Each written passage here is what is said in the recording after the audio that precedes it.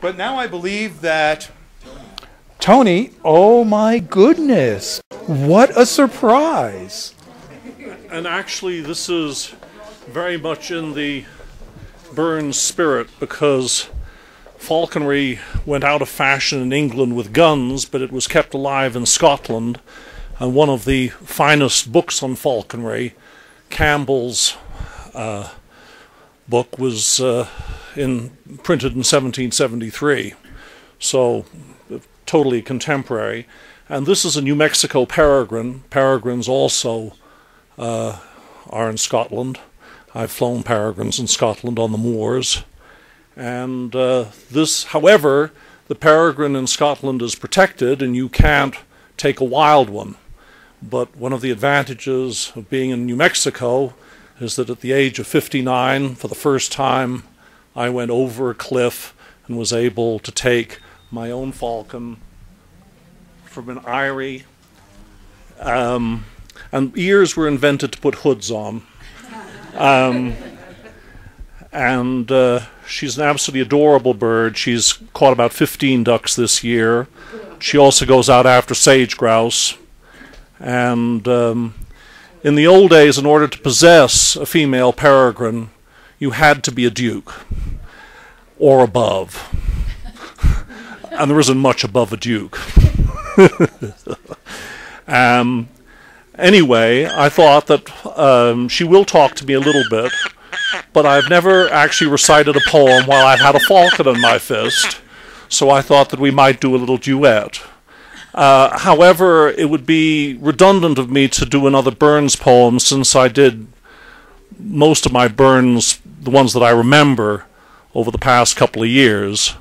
However, I feel that W.B. Yeats is very much in the same spirit, and so I thought that the Song of Wandering Angus, it's close to Angus, might actually be appropriate to this moment.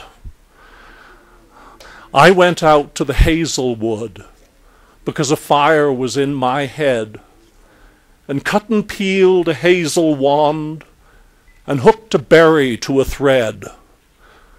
And when white moths were on the wing, and moth-like stars were flickering out, I dropped the berry in a stream, and caught a little silver trout. When I had laid it on the floor, I went to blow the fire aflame, but something rustled on the floor, and someone called me by my name. It had become a glimmering girl with apple blossom in her hair, who called me by my name and ran and faded through the brightening air. Though I am old with wandering through hollow lands and hilly lands, I will find out where she has gone, and kiss her lips and take her hands, and walk among long dappled grass, and pluck till time and times are done the silver apples of the moon, the golden apples of the sun. Wow. She's never been in an art gallery beforehand, and I don't know whether she likes the paintings or... and I'm very glad that Michael is moving to new premises. We can trash the old ones. Okay, baby. Okay, you've done wonderfully. Come on. Yeah, we all love you. And the idea of a hood is that it's a blindfold. And it just puts her in the dark. And, well, because she was actually kind of getting interested in everything that's going on. Anyway, it's been a pleasure. What's her name? What's her name? She comes from Cuba, so I called her Havana. Thank you very much, Tony Houston and Havana. What a team. Okay, thank you very much. Watch out for the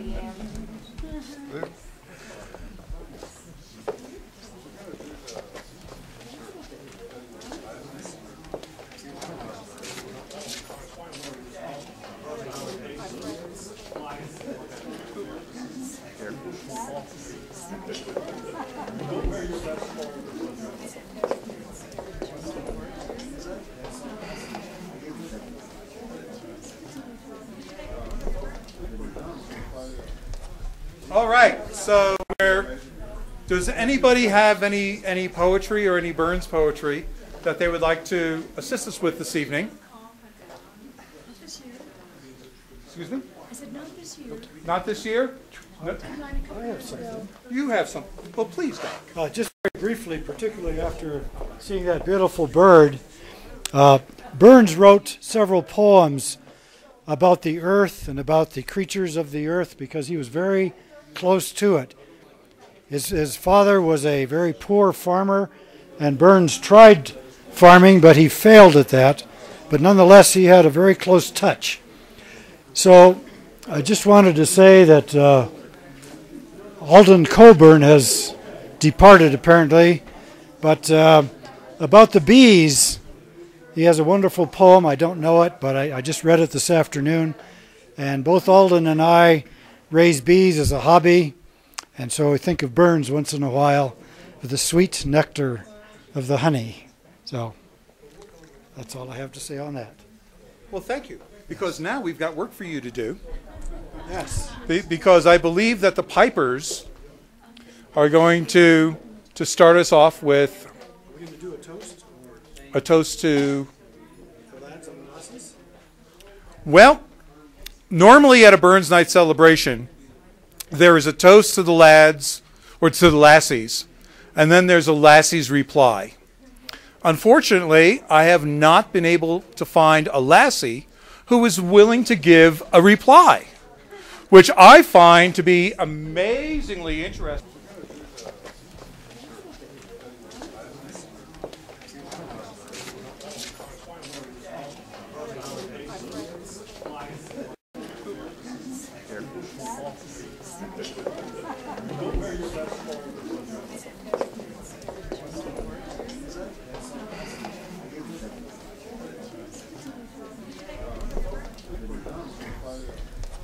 All right, so does anybody have any poetry or any Burns poetry that they would like to assist us with this evening? Not this year. Excuse me? I said not this year. Not this year? No, I have something. you have some. Well, please, Doc. Just very briefly, particularly after seeing that beautiful bird, Burns wrote several poems about the earth and about the creatures of the earth because he was very close to it. His father was a very poor farmer, and Burns tried farming, but he failed at that. But nonetheless, he had a very close touch. So I just wanted to say that Alden Coburn has departed apparently, but about the bees, he has a wonderful poem. I don't know it, but I just read it this afternoon. And both Alden and I raise bees as a hobby, and so I think of Burns once in a while with the sweet nectar of the honey. So that's all I have to say on that. Well, thank you, because now we've got work for you to do. Yes. Because I believe that the pipers are going to start us off with Are we going to do a toast? a toast to, The lads and the lasses? well, normally at a Burns Night celebration, there is a toast to the lads, or to the lassies, and then there's a lassie's reply. Unfortunately, I have not been able to find a lassie who is willing to give a reply, which I find to be amazingly interesting, since the lassies always have something to say. And on this one occasion, I have not been able to find a single lassie who wants to say anything. So I am going to start off with a toast to the lassies and say that for every man that's here, there would none of us would be here if it wasn't for a lassie. And that we all love the lassies because, well, I don't need to go into that. So to the lassies, whom I certainly love and adore, and who I'm certain that the men here love and adore in their own way, may I offer a toast to the lassies this evening. Hear, hear.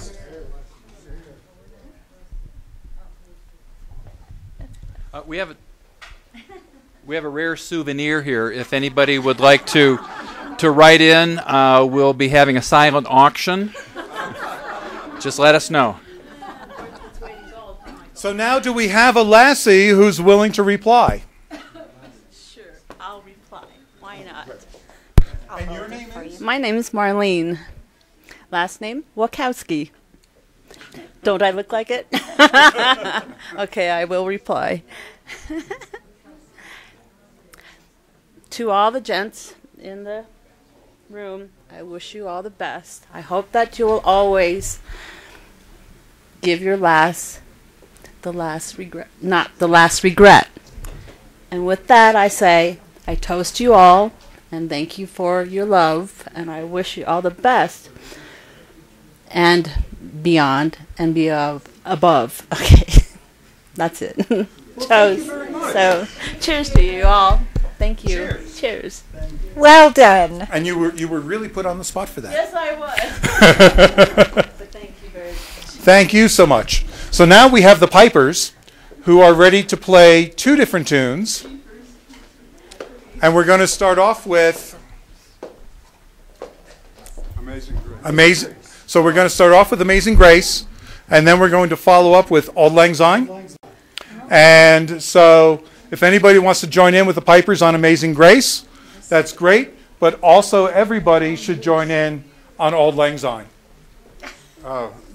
This is today is the birthday of a very good and old friend of mine in Los Angeles. Her name is Donna Campbell, and this is her birthday, and this is her favorite tune. So we're going to dedicate this to Donna.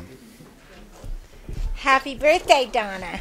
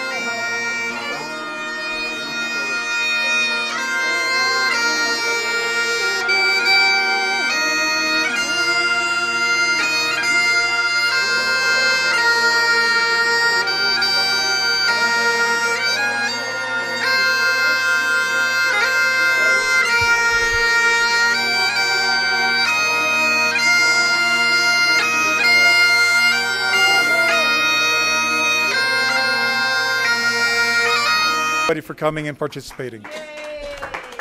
And I think that was a great way to end this party. Please stay and enjoy more music, but that song, just for those of you who missed it, was actually written by Robbie Burns. So you're all more Scottish than you ever imagined if you didn't know that.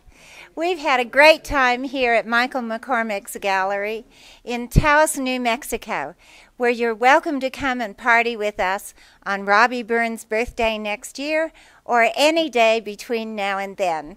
Thank you, and how do you say good night in Scottish? In Gaelic? Yeah. Good night. I can give you a toast.